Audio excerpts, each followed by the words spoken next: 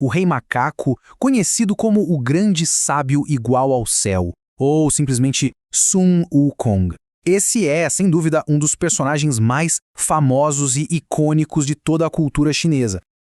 A história dele já começa de um jeito extraordinário. Ele não nasceu como os outros seres. A origem dele vem, literalmente, de uma pedra celestial. E esse nascimento único já indicava uma coisa logo no primeiro momento. O destino dele seria completamente, mas completamente, diferente do destino de qualquer outro ser existente.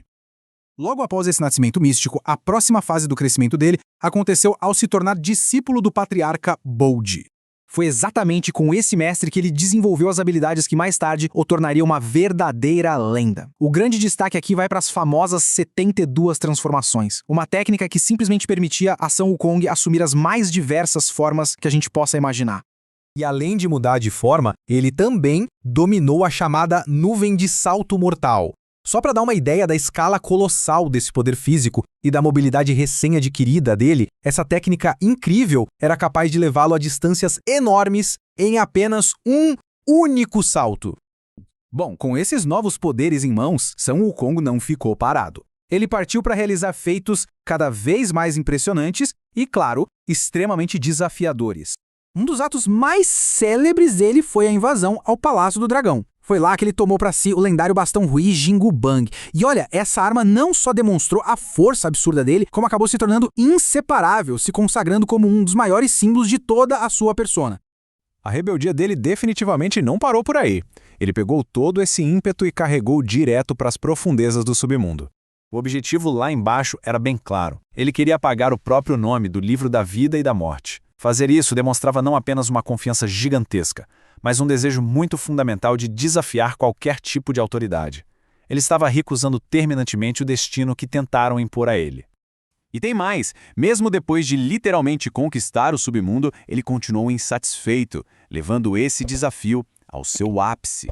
Esse caminho contínuo de rebelião foi implacável. Começou lá na invasão ao Palácio do Dragão, passou por todo o caos gerado direto no submundo, até culminar na inevitável chegada e no confronto com a própria Corte Celestial. Só que, ao chegar lá na corte, sabem o que aconteceu? Deram a ele apenas a pequena posição de protetor dos cavalos. Para alguém com as habilidades e a confiança de Sun Wukong, receber essa função foi uma humilhação enorme. Era uma coisa infinitamente inferior à imensa grandeza que ele tinha absoluta certeza de que merecia. Totalmente inconformado com essa situação, ele simplesmente abandonou a Corte Celestial. E foi nesse momento que ele proclamou a si mesmo como o grande sábio igual ao céu. Com essa atitude, ficou muito claro que ele jamais aceitaria estar abaixo das autoridades celestiais e que desafiaria qualquer um que tentasse limitar a sua grandeza. A ousadia desmedida de Sun Wukong, o famoso Rei Macaco, acabou trazendo consequências severas. Afinal, ações impetuosas contra a ordem cósmica sempre geram reações inevitáveis. Foi uma sublevação de proporções míticas, abalou as estruturas do céu e exigiu a intervenção das forças mais poderosas de todo o universo para ser contida. O caos absoluto provocado por pura arrogância finalmente cobrou um preço altíssimo. O Rei Macaco foi sentenciado a uma prisão terrível e implacável. Ele foi completamente esmagado sobre o peso colossal da Montanha dos Cinco Elementos. Foram 500 longos anos de isolamento absoluto. A gente está falando de se alimentar de pílulas de ferro e beber cobre derretido, sem qualquer chance de escapar das restrições divinas. No entanto, mesmo sob o peso de uma montanha esmagadora e mobilizando seu corpo de pedra, a determinação permaneceu intacta. A vontade de lutar, de sobreviver e de buscar redenção nunca, jamais se apagou. O espírito de Sun Wukong provou ser indomável, se recusando a quebrar mesmo após séculos de punição e solidão extremas. O roteiro dessa jornada passa por 4 pontos principais: o aprisionamento na fase da montanha, a libertação, a própria jornada para o oeste e, por fim, o alcance da budeidade. Após séculos de esquecimento no escuro, finalmente surgiu a oportunidade de libertação. Essa quebra de correntes marcou o início de uma nova e épica fase na narrativa. A liberdade, no entanto, exigia um propósito. A partir desse momento, a missão de vida de Wukong passou a ser servir e proteger o monge Tang Sanzang. Era o início de uma perigosa jornada monumental rumo ao oeste. O objetivo central e singular que guiaria cada passo através de territórios inóspitos era a obtenção das escrituras sagradas budistas para trazê-las de volta ao Oriente. Uma jornada que transformaria o antigo guerreiro rebelde num guardião devoto. E assim, entramos na estrada das provações, enfrentando o desconhecido. Mas o caminho não seria nada fácil. Enfrentar esse território inexplorado traria desafios imensos, que moldariam e definiriam toda essa longa jornada rumo à iluminação. 81. Foram exatamente 81 tribulações absolutas.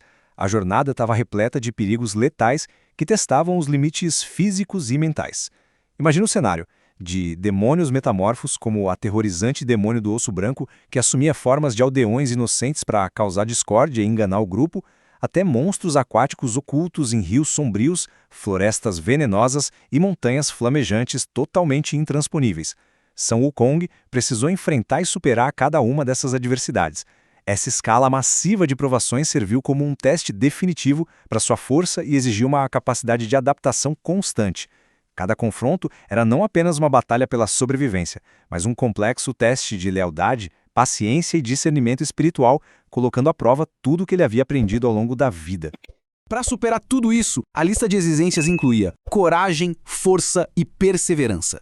Cada um desses obstáculos colossais exigia traços muito específicos e inabaláveis. Foi preciso uma coragem absurda para encarar divindades corrompidas e feras místicas. Uma força bruta incomensurável para empunhar o bastão mágico e defender aliados vulneráveis. E, claro, uma perseverança incansável para continuar caminhando, independentemente da exaustão ou das inúmeras dúvidas pelo percurso. Não houve um único momento de desistência verdadeira. Essa resiliência profunda permitiu que o avanço continuasse implacável, mantendo a vigilância dia e noite, sempre protegendo Tan e Sanzang até os portões finais do destino. Isso nos leva à dádiva suprema, o reconhecimento e a recompensa. Ao concluir uma jornada tão complexa e árdua, atravessando dezenas de reinos e superando incontáveis perigos, chega o momento em que Sun Wukong recebe finalmente o devido reconhecimento por seus esforços monumentais e sacrifícios indescritíveis.